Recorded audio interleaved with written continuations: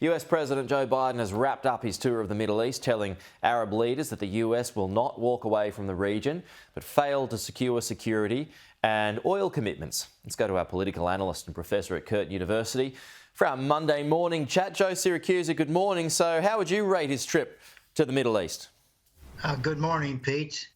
Well, before I say that, I think we should note that the president's trip to the Middle East darkly coincided with New York City's public service ad to its people, how to survive a nuclear attack. I guess New York has less confidence in this president than anybody else. Look, he didn't get much what he wanted. With the Israelis, he extended President Trump's policies there. That's the Abraham Accord. He's not going to be moving any embassies or anything like that. He continues to disappoint the Palestinians.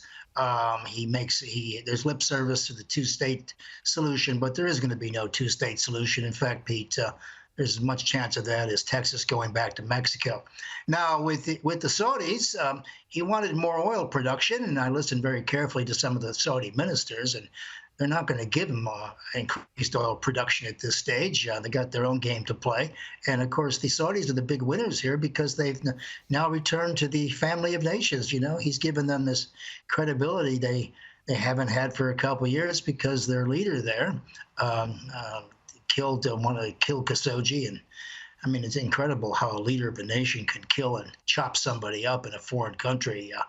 He said, interestingly, to an American question, that that Khashoggi wasn't really his main enemy. He said he had 1,000 other people he would have preferred to kill first. So this kind of guy we're dealing with. But look, the president didn't get anything. There's no shrewd diplomacy here.